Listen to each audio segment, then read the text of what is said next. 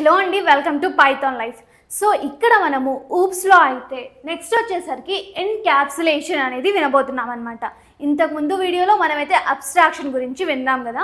So ఇక్కడ చూడండి, encapsulation అంటే it refers to bundling of data and methods into a single unit అనేసి అంటున్నాం.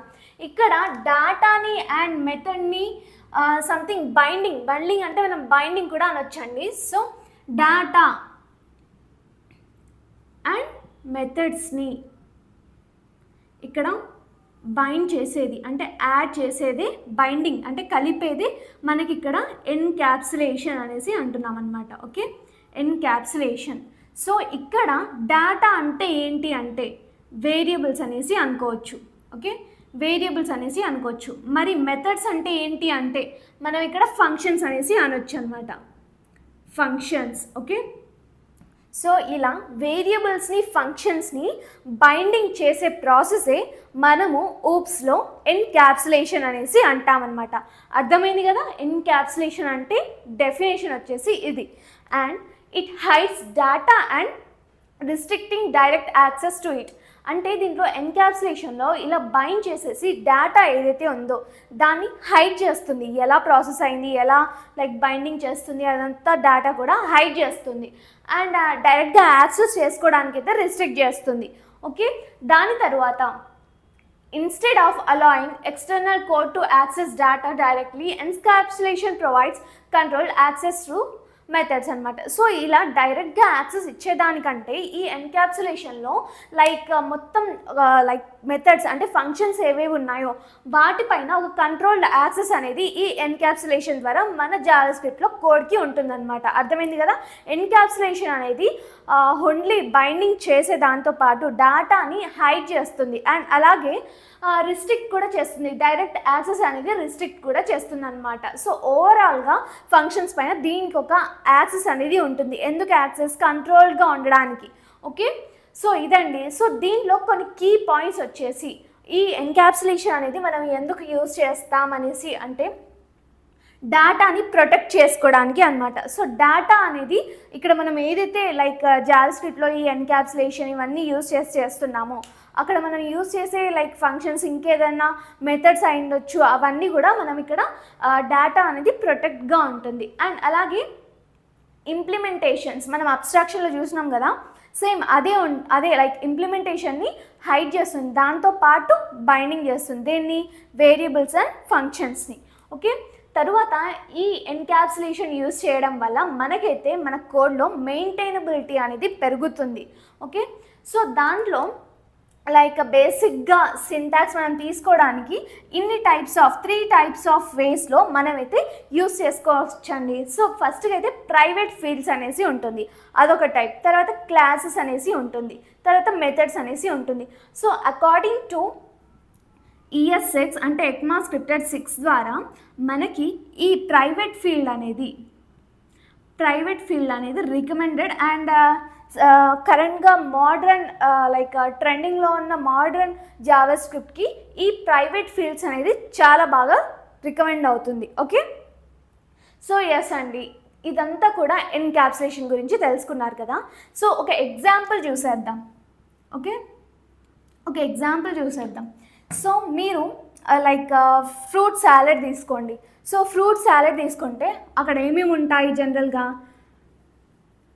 యాపిల్స్ ఉంటాయి, ఆరెంజెస్ ఉంటాయి, సంథింగ్ ఏదో డిఫరెంట్ బనానాస్ ఉంటాయి, చెర్రీస్ ఉంటాయి, బ్లూబెర్రీస్ ఉంటాయి, ఇలా ఉంటాయి కదా. సో వీటన్నిటిని కూడా కలిపితే ఏమవుతుంది? ఫ్రూట్ సాలెడ్ అనేసి అంటాం. ఓకే, సో ఇవన్నీ కూడా బైండింగ్ చేసేదాన్ని మనం ఫ్రూట్ సాలెడ్ అనేసి అంటున్నాం అనమాట. సో ఇక్కడ కలిపేదాన్ని బైండింగ్ చేసేదాన్ని మనం ఎన్క్యాప్సులేషన్ అనేసి కూడా అనొచ్చు. సో దీనికి ఇంకొక ఎగ్జాంపుల్ ఏంటి అంటే ఇలా బైండింగ్ చేసేదాన్ని మనం ఎన్క్యాప్సులేషన్ అంటున్నాము. ఓకే, సో ఇంతకుముందు తీసుకున్నట్టుగా ఒక ఏటీఎం మెషిన్ తీసుకుంటే కనుక, సో ఏటీఎం మెషిన్లో మీరు ఏం చేయగలుగుతారు, లైక్ ఇంటర్నల్గా ఉండే మీ డేటాని లేకపోతే మీ డబ్బులు ఉన్నాయి అవన్నీ కూడా లైక్ మీరు మార్చగలుగుతారా, ఇంటర్నల్గా ఏదైనా మాడిఫై చేయగలుగుతారా? కాదు కదా. ఎంతసేపు ఉన్నా మీ కార్డ్ తీసుకెళ్ళి మీ డబ్బులు మీరు డ్రా చేసుకోవడం లేకపోతే మీ దగ్గర ఉంటే దాంట్లోకి పంపించడం తప్ప, మీ అకౌంట్కి సేవ్ చేసుకోవడం తప్ప ఇంకేం చేయలేరు. సో ఇక్కడ మనకి హైడ్ అవుతుంది కదా డేటా, ఎలా అవుతుంది అవంతా కూడా హైడ్ అవుతుంది. సో అలా ఇక్కడ లైక్ హైడ్ అనేది చేస్తుంది, హైడ్స్ డేటా అనేసి అన్నాం కదా. సో అలా ఏటీఎం ఒక మెషిన్ ఏదైతే ఉందో అది ఎలా హైడ్ చేస్తుందో సేమ్ ఇలానే హైడ్ చేసేసి ఏదైతే అవసరమో, ఏదైతే ఎసెన్షియల్ ఫంక్షనాలిటీస్ ఉన్నాయో అది మాత్రమే మనకు డిస్ప్లే చేస్తుంది with this concept of binding. వేరియబుల్స్ని, ఫంక్షన్స్ని, మెథడ్స్ని వీటన్నిటిని బైండ్ చేసే ప్రాసెస్లో అది కూడా ఒకటి ఉంటుందండి. సో దీనికైతే ఒక సింపుల్ లైక్ సింటాక్స్ అనేది చూసేద్దాం. సో ఇక్కడ చూడండి, నేను ఇక్కడ లైక్ ఎన్క్యాప్సులేషన్కి సంబంధించిన ఒక సింటాక్స్ తీసుకున్నాను. సో దాంట్లో రికమెండెడ్ ECMAScript 6 ద్వారా ప్రైవేట్ ఫీల్డ్ అనేది మనకి రికమెండ్ అయింది కాబట్టి దాని ద్వారానే మీకు ఒక సింటాక్స్ అనేది ఇక్కడ నేను చూపిస్తున్నానండి. సో ఇక్కడ చూడండి, క్లాస్ నేమ్ అంటే నేను ఒక క్లాస్ అనేది ఇక్కడ డిఫైన్ చేసేసుకున్నాను. ఓకే, క్లాస్ డిఫైన్ చేసేసుకున్నాను. అండ్ తర్వాత వచ్చేసరికి క్లాస్ నేమ్ అంటే ఇక్కడ క్లాస్ యొక్క ఇది కీవర్డ్. ఓకే, ఇది క్లాస్ నేమ్ అవుతుంది. ఓకే, మనం ఎలా అయితే ఫంక్షన్స్ చూసామో సేమ్ అలానే ఫంక్షన్ కీవర్డ్, అలా function keyword and function name అలా తీసుకున్నాం కదా, సేమ్ అలానే ఉంటుంది. అండ్ అంటే సింటాక్స్ చూడడానికి అలా ఉంటుంది, ఫంక్షనింగ్ మాత్రం వేరే అనొచ్చు. అండ్ ఇక్కడ ఫ్లోర్ బ్రేస్ తీసేసుకుని ఇక్కడ ఒకటి చూసారా, యాష్ ప్రైవేట్ వేరియబుల్ అనేసి తీసుకుంటున్నాను. ఇదేంటి అంటే ప్రైవేట్ ఫీల్డ్. ఓకే, మనం ఇంతకుముందు చెప్పాం కదా ప్రైవేట్ ఫీల్డ్తో మనమైతే ఇది చేస్తున్నాం అనేసి. సో ఇక్కడ మనం ప్రైవేట్ ఫీల్డ్ అనేది తీసుకున్నాం అనమాట. సో ఇది ఒక ప్రైవేట్ మెథడ్ అలా అనుకోవచ్చు. సో ప్రైవేట్ వేరియబుల్ అని తీసుకున్నాను. ఓకే, ఇలా ఒక యాడ్ సింబల్ కనిపించిందంటే అది మనకి ప్రైవేట్ అనేసి అర్థమైపోతుంది. తర్వాత ఇక్కడ కన్స్ట్రక్టర్ తీసుకున్నాను. కన్స్ట్రక్టర్ అంటే ఒక మెథడ్. ఓకే, జావాస్క్రిప్ట్లో ఇది ఒక మెథడ్. సో దాంట్లో మనము లైక్ ఇక్కడ పారామీటర్స్ అనేవి ఎన్నైనా తీసుకోవచ్చు. ఇక్కడ నేను కన్స్ట్రక్టర్లో వాల్యూ అనేసి ఇచ్చేసి లైక్ ఇక్కడ కాల్ చేస్తున్నాను అనమాట. అంటే ప్రైవేట్ ఫీల్డ్లో నేను ఏమి ఇచ్చానో కన్స్ట్రక్టర్లో కాల్ చేస్తున్నాను. దిస్ డాట్ అనేసి ఇచ్చేసి private variable equals to value అనేసి దీనికి అసైన్ చేస్తున్నాను. వాల్యూ అనేది అసైన్ చేస్తున్నాను, వాల్యూ అసైనింగ్ అనేసి అనొచ్చు. సో ఇక్కడ నేను ఏం చేస్తున్నాను, దిస్ డాట్ ఈ ఏదైతే ప్రైవేట్ ఫీల్డ్ ఉందో తీసేసుకుని ఈక్వల్స్ టు వాల్యూ అంటే దానికి ఒక వాల్యూ అనేది అసైన్ చేస్తున్నాను. ఓకే, దాని తర్వాత ఇక్కడ గెట్ ప్రైవేట్ వాల్యూ అని ఉంది. ఇది కూడా ఒక మెథడ్ మనకి ఇక్కడ. సో ఈ మెథడ్ ఏంటి అంటే ఇది పబ్లిక్ మెథడ్ అనేసి అనుకోవచ్చు. సో ఇక్కడ పబ్లిక్ ఏంటి, ప్రైవేట్ ఏంటి అనేసి మీరు అనుకుంటే లైక్ మనకు దీనికి చాలా ఎగ్జాంపుల్స్ తీసుకోవచ్చు అండి. లైక్ పబ్లిక్ అంటే లైక్ అన్నదానం తీసుకుందాం. సో అన్నదానంలో మనం ఏం చేస్తాము, ఎవరైనా వెళ్ళి లైక్ ఫ్రీగా తినేసే హక్కు ఉంటుంది, రైట్ ఉంటుంది అనుకోవచ్చు. కానీ ప్రైవేట్ అంటే ఒక రెస్టారెంట్ తీసుకుందాం, ఎవరైతే అదేమంటారు ఫీజ్ అనేది పే చేస్తారో వాళ్ళకి మాత్రమే అక్కడ యాక్సెస్ అనేది ఉంటుంది ఫుడ్ తినడానికి. కానీ అన్నదానంలో అలా కాదు. అలానే ఇక్కడ కూడా పబ్లిక్ అనేది లైక్ యూజర్స్ యాక్సెస్ చేసుకోవచ్చు, కానీ ప్రైవేట్ అనేది యూజర్ యాక్సెస్ చేసుకోలేడు. ఎందుకంటే అది ప్రైవేట్ కాబట్టి only inside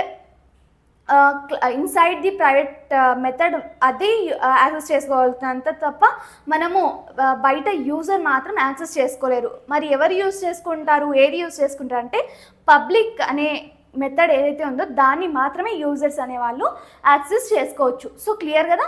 so get private value అనేది ఒక పబ్లిక్ మెథడ్ అనేసి అనుకోవచ్చు. సో ఇది ఒక పబ్లిక్ మెథడ్. ఓకే, సో బేసిక్గా మనం మెథడ్ అంటే లైక్ ఫంక్షన్ అని కూడా అనుకోవచ్చు అండి. సో ఇక్కడ మనమైతే గెట్ ప్రైవేట్ వాల్యూ అనేది ఒక పబ్లిక్ మెథడ్ అనేసి పిలుస్తున్నాం. రిటర్న్ దిస్ అనేసి ప్రైవేట్ వేరియబుల్ ఏది ఇక్కడ ఉంది చూసారా, ప్రైవేట్ ఫీల్డ్లో ఫస్ట్గా మనం తీసుకున్నది. సో దాన్ని ఇక్కడ రిటర్న్ దిస్ అంటే ఇక్కడ కాల్ చేస్తున్నాం అనమాట. ప్రైవేట్ ఫీల్డ్ని మనం ఇక్కడ కాల్ చేస్తున్నాం అండ్ ఇంతవరకు అయితే ఎండ్ అయిపోయింది. ఇప్పుడు నేను ఇక్కడ ఒక ఆబ్జెక్ట్ అనేది క్రియేట్ చేసేసుకుంటున్నాను. అంటే const object equals to new class name అనేసి ఇచ్చేసి 10 ఇచ్చాను. కన్సోల్ డాట్ లాగ్ ఇక్కడ క్రియేట్ చేసేసుకున్నాను కదా. ఇక్కడ నేను అవుట్పుట్కి కన్సోల్ డాట్ లాగ్ అనేసి యూస్ చేసి ఆబ్జెక్ట్ గెట్ ప్రైవేట్ వాల్యూ అనేసి ఇచ్చేసాను అనమాట. అండ్ కన్సోల్ డాట్ లాగ్ ఇక్కడ యాష్ ప్రైవేట్ వేరియబుల్ అనేసి ఇచ్చాను కదా ఈ లైన్లో. ఇది మనకి ఒక ఎర్రర్ని త్రో చేస్తుంది అనమాట, ఎందుకంటే అది ప్రైవేట్ ఫీల్డ్ కాబట్టి. సో ఎస్, మనకైతే ఈ లైన్ ద్వారా మనకైతే ఒక ఎర్రర్ అనేది మనకు అవుట్పుట్లో కనిపిస్తుందండి. సో ఇలా మనము ప్రైవేట్ వేరియబుల్ అంటే ప్రైవేట్ ఫీల్డ్ని అయితే మనం ఇలా ఎన్క్యాప్సులేషన్ ద్వారా ఇలా యూస్ చేసుకోవచ్చండి. సో ఇదైతే మొత్తానికి ఎన్క్యాప్సులేషన్ గురించి. సో నెక్స్ట్ వీడియోలో అయితే మనము ఎన్క్యాప్సులేషన్ గురించి ప్రాక్టికల్గా అసలు వేరియబుల్స్ని ఎలా కంబైన్ చేస్తాం అంటే బైండ్ చేస్తాం అవన్నీ కూడా చూసేద్దాం. So stay tuned for further videos. Thanks for watching this video.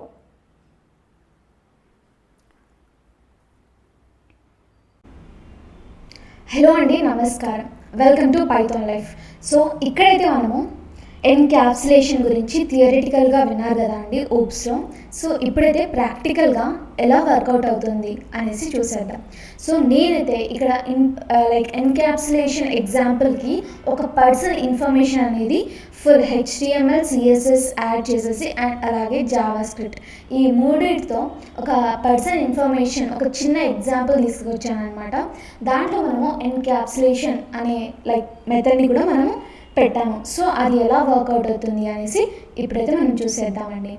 So ఇక్కడ చూడండి, HTML ట్యాగ్ తీసేసుకున్నాను అండ్ హెడ్ ట్యాగ్ తీసుకున్నాను. సో ఇక్కడ టైటిల్ ట్యాగ్లో ఎన్క్యాప్సులేషన్ ఎగ్జాంపుల్ అనేసి ఇచ్చేసి టైటిల్ ట్యాగ్ని అయితే క్లోజ్ చేసేసాను అండ్ అలాగే హెడ్ ట్యాగ్ని కూడా క్లోజ్ చేసేసానండి. సో ఇక్కడ బాడీ ట్యాగ్ అనేది ఓపెన్ చేసేసుకున్నాను.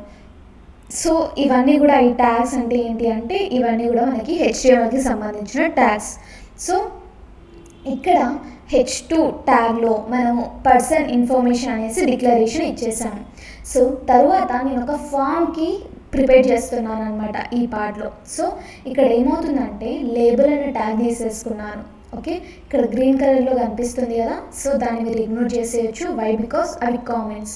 మీకు ఇది చూస్తుంటే సంథింగ్ ఇంకా మంచిగా అర్థం అవ్వడానికి ఇక్కడ కామెంట్స్ కూడా మీకు అర్థమయ్యేలా పెట్టాను. ఓకే, సో లేబుల్ అనే ట్యాగ్ తీసేసుకుని ఫర్ ఈక్వల్స్ టు నేమ్ అనేసి ఇచ్చేసి లేబుల్ ట్యాగ్ క్లోజ్ చేసేసాను. అండ్ ఇదంతా కూడా మనకి ఫార్మ్స్ కాన్సెప్ట్ మీకు వచ్చి ఉంటే ఇది ఎలా తీసుకున్నాము ఏంటి అనేసి ఎలా పర్ఫామ్ అవుతుంది అనేసి మీకు అర్థమైపోతుంది. ఓకే, ఇక్కడ type equals to text ID name ఇచ్చేసా. సేమ్ ఇక్కడ కూడా ఏజ్ నెంబర్ ఇచ్చేసా. ఓకే, అండ్ ఇక్కడ బ్రేక్ ట్యాగ్స్ యూజ్ చేసా. బ్రేక్ ట్యాగ్స్ మనం ఎందుకు యూజ్ చేస్తాము? న్యూ లైన్ కోసం, ఆ లైన్ బ్రేక్ చేయడానికి యూజ్ చేస్తామన్నమాట. ఎస్, దాని తర్వాత ఇక్కడ నేను కొన్ని బటన్ ట్యాగ్స్ అనేసి తీసుకున్నాను. సో ఇక్కడ ఈ ఇన్పుట్ ట్యాగ్స్ అనమాట, ఫామ్స్లో ఇన్పుట్ ట్యాగ్స్ కదా. సో ఇవి ఎందుకంటే ఇవన్నిటిని కూడా నేను ఇన్పుట్ ఫీల్డ్స్ అనొచ్చు. దాన్ని నేమ్కి ఇంకా ఏజ్ కోసం నేను తీసుకున్నాను.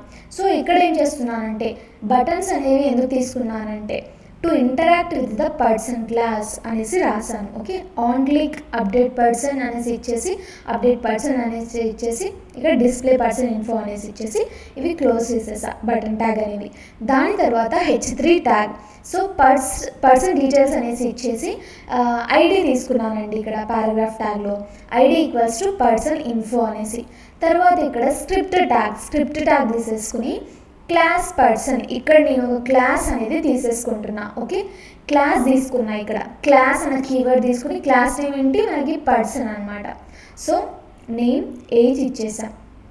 ఇక్కడ యాష్ కనిపిస్తే నేను ఏమన్నాను ప్రైవేట్ ప్రాపర్టీస్ అని చెప్పాను కదా థియరిటికల్ పార్ట్లో. Yes, private properties using JavaScript private class fields అనేసి అనొచ్చు.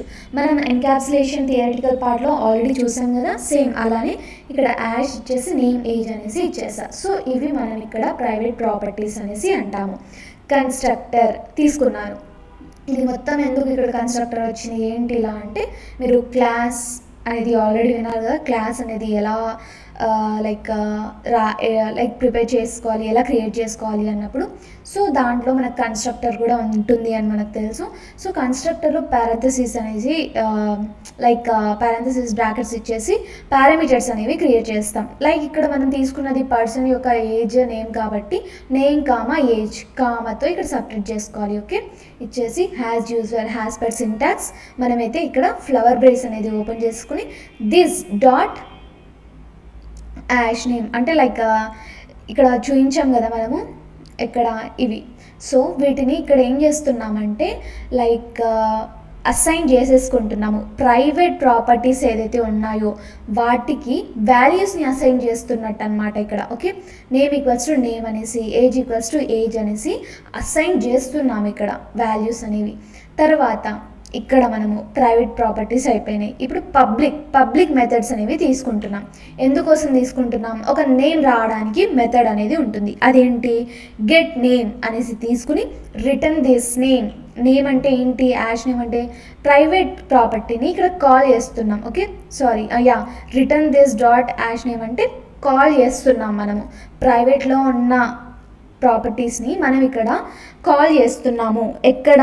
ఈ మెథడ్లో గెట్ నేమ్లో. ఓకే, ఇది ఓకే. తర్వాత ఇంకొక పబ్లిక్ మెథడ్ తీసుకుందాం. అది ఎందుకు? ఇది నేమ్ రావడానికి. ఇది ఏజ్ కూడా ఉంది కదా మనకి.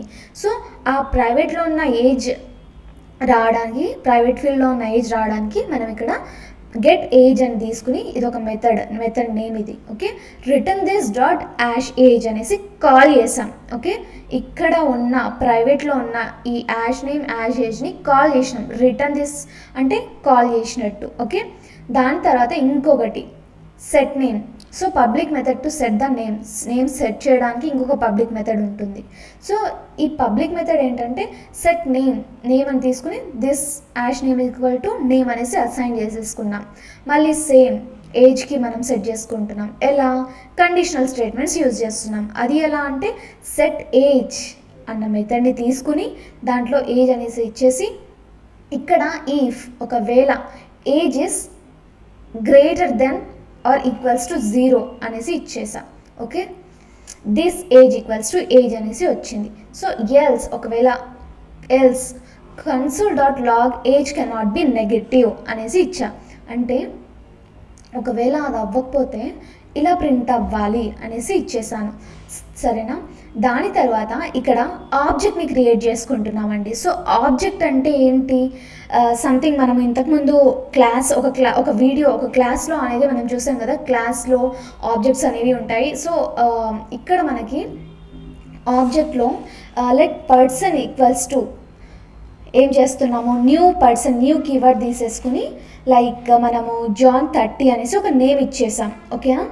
సో ఆబ్జెక్ట్స్ అనేవి collection of key and value pairs అనేసి మనం ఆల్రెడీ విన్నాం కదా.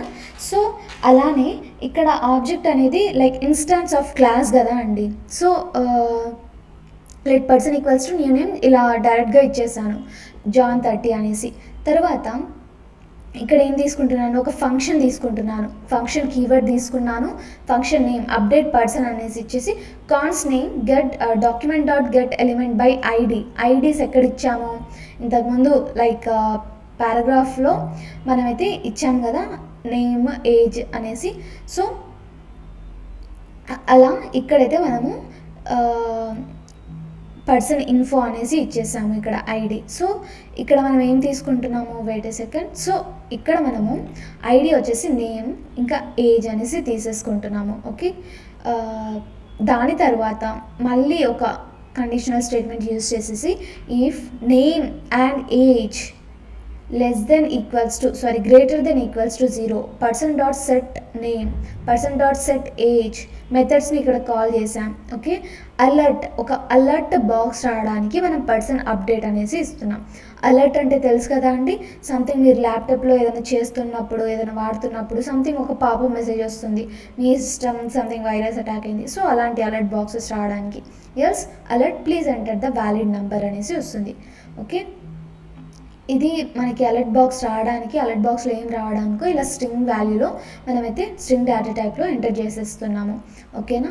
ఫంక్షన్ డిస్ప్లే పర్సన్ ఇక్కడ ఇంకొక లైక్ ఫంక్షన్ అనేది తీసేసుకుంటున్నాం. ఎందుకు? పర్సన్ యొక్క డీటెయిల్స్ ఇవ్వడానికి. సో ఇక్కడ ఫంక్షన్ డిస్ప్లే పర్సన్ అనే function keyword and function name తీసేసుకొని కాన్స్ట్ పర్సన్ ఇన్ఫో అనేసి ఇచ్చేసి నేమ్, ఏజ్ అనేవి ఇచ్చేసాం. సో ఇది ఒక సింటాక్స్ అనమాట దీనికి. దాని తర్వాత document dot get element by ID అనేసి ఇచ్చేసి, సో ఐడి కదా, సో ఇప్పుడు ఇక్కడ మనం తీసుకున్న ఐడి, ఇక్కడ ఏం తీసుకున్నాము? ఐడి పర్సన్ ఇన్ఫో కదా, ఇక్కడ చూస్తున్నారు కదా. సో ఇది ఇక్కడ తీసేసుకొని పర్సన్ ఇన్ఫో అనేసి ఇచ్చేసి ఇక్కడ ఇవ్వాలి. అక్కడ తీసుకున్నది ఇక్కడ ఇచ్చేసి dot inner HTML equals to ఇక్కడ ఈ మెథడ్ని తీసుకుని గెట్ ఎలిమెంట్ బై ఐడి మెథడ్ని తీసుకుని డాట్ ఇన్నర్ HTML ఒక ప్రాపర్టీని మనం తీసేసుకున్నాం ఈక్వల్స్ టు పర్సన్ ఇన్ఫో అనేసి ఇచ్చేస్తాము. And script tag, body tag, HTML tag అని కూడా క్లోజ్ చేసేస్తామన్నమాట. సో అర్థమైంది కదా అండి అసలు కోడ్ మనం ఎన్క్యాప్సులేషన్ అనేది ఎలా యూస్ చేస్తాము. ఇక్కడ మనము HTML ఎలిమెంట్స్ అనేవి యూజ్ చేస్తాము. అది క్లియర్ కదా అండి. సంథింగ్ ఏజ్, నేమ్ ఇవన్నీ కూడా బటన్స్లో అప్డేట్ అవ్వడానికి మనమైతే HTML ఎలిమెంట్స్ని యూజ్ చేసాం. ఇంకా ఇక్కడ పర్సన్ క్లాస్ ఉంది కదా అండి, ఇక్కడ క్లాస్ నేమ్ ఉంది కదా పర్సన్ అనేసి. సో ఇక్కడ ఏంటి అంటే ఈ పర్సన్ క్లాస్ ఏదైతే ఉందో అది నేమ్ని, ఏజ్ని, నేమ్ ఉందా ఏజ్ ఉందా వీటి రెండింటిని ఎన్క్యాప్సులేట్ చేస్తుంది అనమాట. సో అండ్ వీటిలో ప్రాపర్టీస్ ఏదైతే ఉన్నాయో అవన్నీ కూడా ప్రైవేట్ ఫీల్డ్స్ అనమాట. అంటే ఇక్కడ ప్రైవేట్ ఫీల్డ్స్ అంటే ఏంటి అంటే డైరెక్ట్గా అవుట్ సైడ్ ద క్లాస్ బయట మనము యాక్సెస్ చేయలేము అనేసి అర్థం. దాని తర్వాత ఇక్కడ గెట్ నేమ్, గెట్ ఏజ్ అనేసి మెథడ్స్ ఉన్నాయి కదా. సో అవి ఏం చేస్తాయంటే ఆ ప్రైవేట్ ఫీల్డ్స్ ఏమున్నాయో అవి రిట్రైవల్ చేసుకోవడానికి అలో చేస్తుంది. ఓకేనా. అండ్ సెట్ నేమ్ అనేసి ఉందా, ఇక్కడ సెట్ నేమ్, సెట్ ఏజ్ అనేసి ఉన్నాయో ఈ మెథడ్స్ ఎందుకంటే ప్రైవేట్ ప్రాపర్టీస్ని మాడిఫికేషన్ చేసుకోవడానికి యూస్ చేస్తామండి. ఓకే. తర్వాత ఇక్కడ మనకి కొన్ని జావా స్క్రిప్ట్ లైక్ మెథడ్స్ అనేవి ఉన్నాయి. అవి ఏంటి అంటే లైక్ అప్డేట్ పర్సన్ అనేసి చూసాం కదా. అదేంటి అంటే function takes like inputs fields ఏదైతే ఉన్నాయో వాటిని అప్డేట్ చేయడానికి మనమైతే ఈ క్లాస్ మెథడ్స్ని యూజ్ చేస్తాం. అండ్ అలాగే డిస్ప్లే పర్సన్ ఇవి ఉన్నాయి కదా. సో అదేంటి అంటే నేమ్ అండ్ ఏజ్ ఏదైతే కరెంట్గా ఉందో అది రిట్రైవ్ చేస్తుంది అనమాట పర్సన్ అన్న ఆబ్జెక్ట్కి. ఓకే. ఇంకా పారాగ్రాఫ్ ట్యాగ్లో ఇచ్చిన పర్సన్ ఇన్ఫో అనేది మనం ఇక్కడ ఐడి లాగా యూజ్ చేస్తాం. ఓకే. అర్థమైంది కదా అండి ఈ కోడ్ ఎక్స్ప్లెనేషన్ అంతా కూడా. ఇప్పుడు దీనికి అవుట్పుట్ ఎలా వస్తుంది, మనం ఎలా యాక్సెస్ చేసుకోవాలి అవన్నీ కూడా చూసేద్దాం. సో ఇక్కడ చూడండి నేమ్ అనేసి ఇచ్చేసాం. సో నేమ్ జాన్ అనేసి ఇచ్చేసి ఇక్కడ మనం ఏజ్ ఏమి ఇచ్చాము,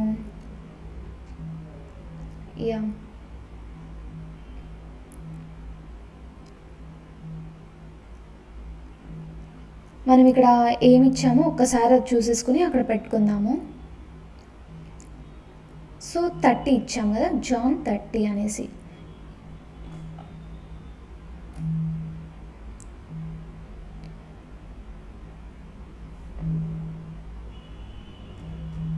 జాన్ 30 కదా ఏజ్, 30 అనేసి ఇచ్చేసాం. అప్డేట్ పర్సన్ అనేసి ఇచ్చా. సో ఇక్కడ మనం అలర్ట్ బాక్స్లో పెట్టుకున్నట్టు పర్సన్ అప్డేటెడ్ అనేసి ఒక అలర్ట్ బాక్స్ వచ్చింది, రైట్. డిస్ప్లే పర్సన్ ఇన్ఫో అంటే మనకేమిచ్చింది, ఒక పర్సన్ యొక్క ఇన్ఫర్మేషన్ అనేది డిస్ప్లే చేసిందనమాట. ఓకే. సో ఇలా అయితే మనము చిన్నగా ఒక ఎగ్జాంపుల్ ఒక లైక్ ఫామ్ ట్యాగ్ యూస్ చేసేసి లైక్ లేబుల్ ఇన్పుట్స్ యూస్ చేసేసి పర్సన్ ఇన్ఫర్మేషన్ అయితే మనము ఇలా చేసేసాము. ఇది మన ప్రాజెక్ట్ లాగా చేయొచ్చా అంటే చేయొద్దండి. ఎందుకంటే జస్ట్ నేను ఈ ఎన్క్యాప్సులేషన్కి ఎలా వర్క్ అవుతుంది అనేసి చూపించాను కాబట్టి మనము ప్రాజెక్ట్ వైజ్గా అంటే ఈ encapsulation, abstraction with all this conditional statement, control statements and ఏదైతే మనం ఇప్పటివరకు నేర్చుకున్నామో అవన్నీ కలిపి ఒక ప్రాజెక్ట్ అనేది ఎండ్లో మనమైతే చూసేస్తాం. సో డోంట్ వరీ, అసలు ఒక మంచి ప్రాజెక్ట్ అనేది ఎండ్లో అయితే మనం చూసేద్దాం. So this is all about encapsulation అండి. సో మీకు అర్థమైంది కదా. సో నెక్స్ట్ వీడియోలో అయితే నెక్స్ట్గా మనము ఇన్హెరిటెన్స్ అనే టాపిక్ని మనమైతే చూస్తాము. సో దాని గురించి క్లారిటీగా చెప్తాను. సో వీడియో అయితే తప్పకుండా చూసేసేయండి. So thanks for watching this video. Stay tuned for further videos. Thank you so much.